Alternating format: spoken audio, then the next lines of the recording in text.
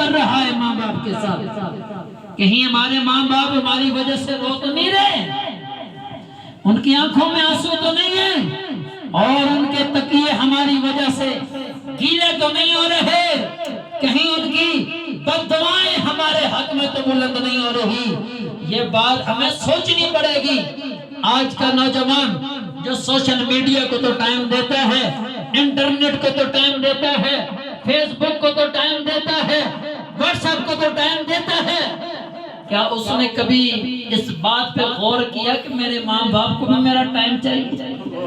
چند گھڑیاں ان کے پاس بیٹھو، ان کی بات سنو۔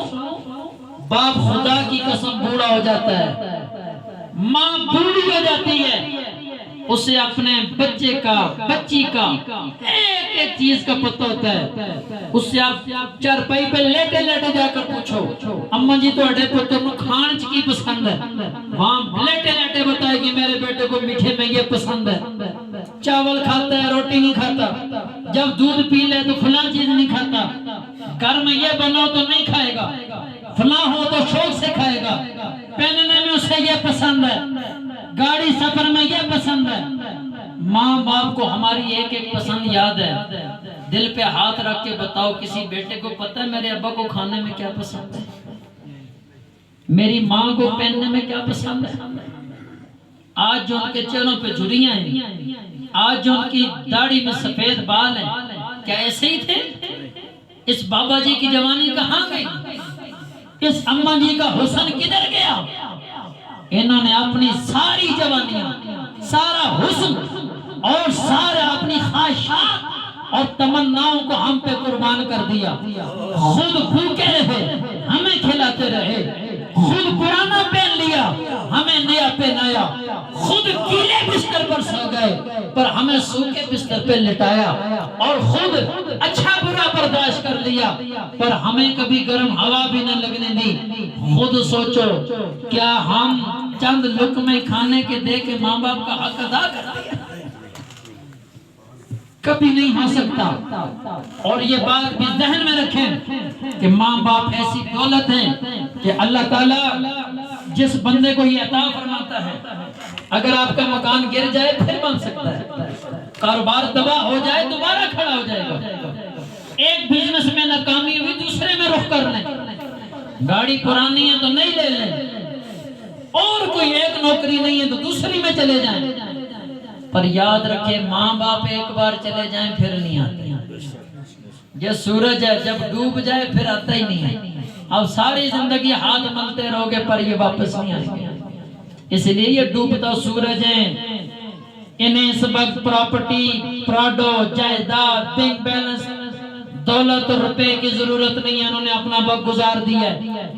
اس وقت انہیں ضرورت ہے تو ہمارے دو میٹھے بول کی، ہماری توجہ کی، ہماری محبت کی، کہ جس کی وجہ سے ان کے دلوں میں ہمارا پیار پیدا ہو جائے۔ تو سامنے دیوکار میں یہ فکری گفتگو آپ کے سامنے عرض کر رہا تھا۔ ایک لکھنے والے کا میں نے مقالہ پڑھا، میں آپ سے شیئر کرنا چاہتا ہوں۔ اس نے لکھا، کہتا ہے کہ میری ماں کی ایک آنکھ تھی اور مجھے ہمیشہ ہی اس بات سے بڑی شرمندگی ہوتی، اپنے دوستوں میں، رشتہ داروں میں مجھے یہ کہتے ہوئے یہ میری ماں ہے، میں شرم سے پانی پانی ہو جاتا، اور میں کہتا ہے یہ بدصورت عورت میری کیوں ماں ہے؟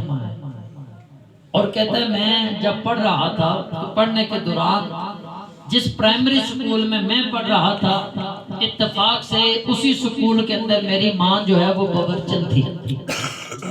ایک دن کلاس میں آگئی، وہ برتن مانجتی، کام کرتی، جب وہاں سے کچھ معاوضہ ملتا میرے لیے کھانے کا انتظام کرتی، لباس میرا بناتی اور میری فیسیں جمع کرواتی۔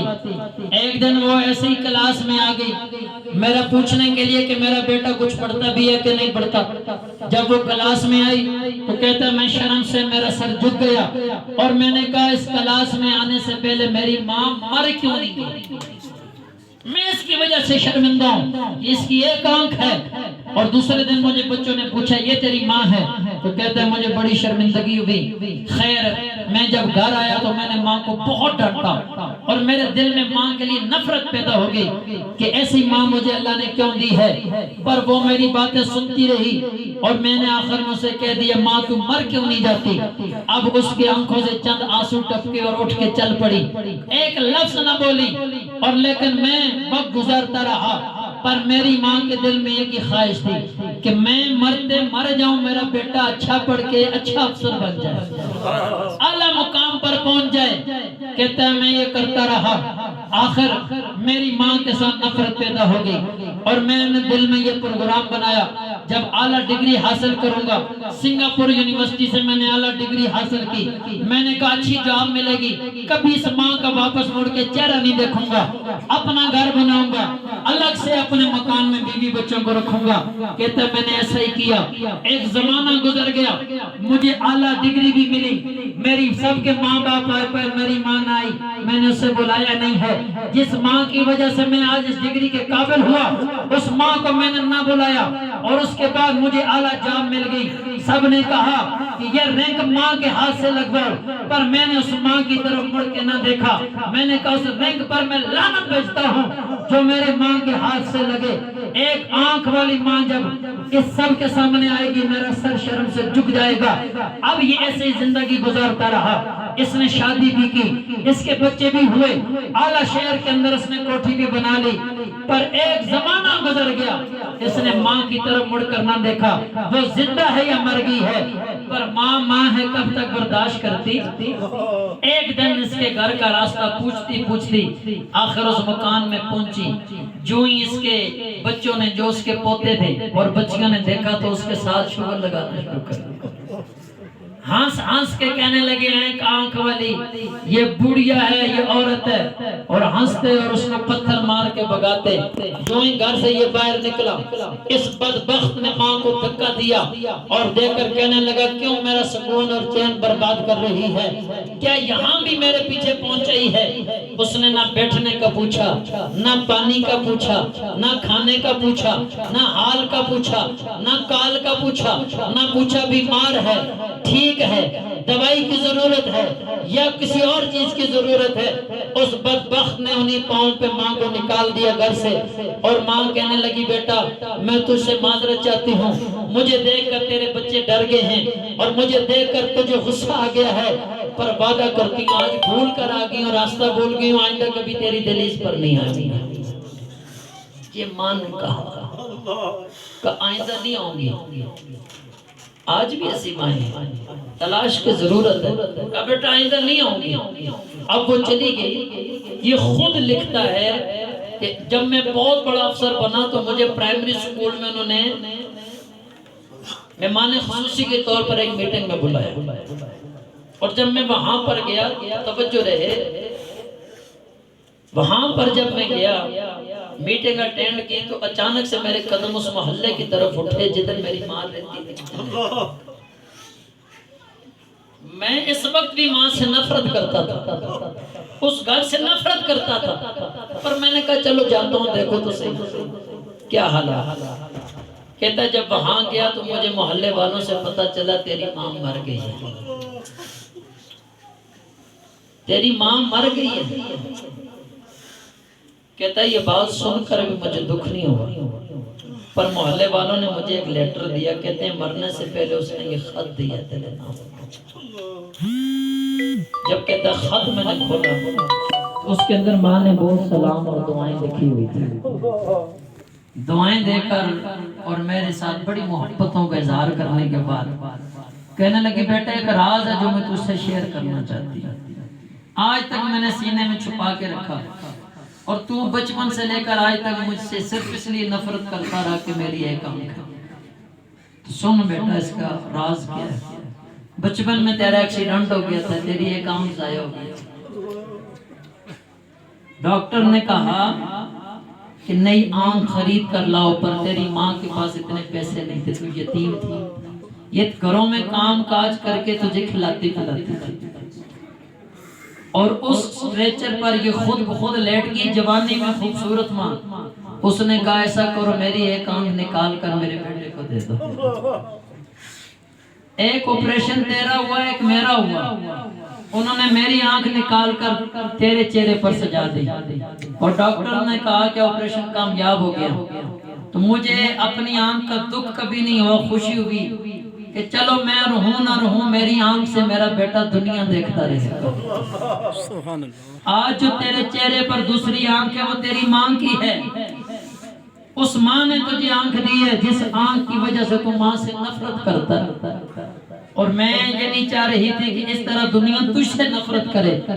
دنیا کی نفرت سے تجھے بچانے کے لیے یہ آنکھ میں نے تجھے ڈونیٹ کر دی، اور آج تو اس آنکھ سے سارا جہان دیکھ رہا ہے۔ اس وقت وہ تڑپا پھڑکا اور اس نے بڑی تلیاں رگڑی، لیکن اس وقت ماں اس جہان میں چلی گئی تھی جہاں سے مائیں لوٹ کر نہیں آتی، جہاں سے مائیں واپس نہیں آتی، آواز وہ جواب نہیں آتا، جتنا کچھ کہو واپس وہ نہیں آتی، پر وہ اس جہان میں جا چکی تھی۔ اس نے لکھا ہے، اس نے کہا ان نوجوانوں کے دلوں پہ دستک ہے جن کی ڈگریوں نے غرور میں ڈال دیتی ہیں، جن کے منصبوں نے غرور میں ڈال دیتے ہیں، اور جو گھروں میں جاتے ہوئے بایا چودھری صاحب، ملک صاحب، راجہ صاحب، صدر صاحب ان کے سامنے جی جی کرتے ان کے منہ نہیں تھکتے، جب گھر میں جائیں گے ان کے لہجے تلخ ہو جاتے ہیں، زبانیں کڑوی ہو جاتی ہیں، بولیں گے تو اس انداز سے جیسے کسی غلام یا نوکرانی سے گفتگو کر رہے ہیں، بولیں گے اس انداز سے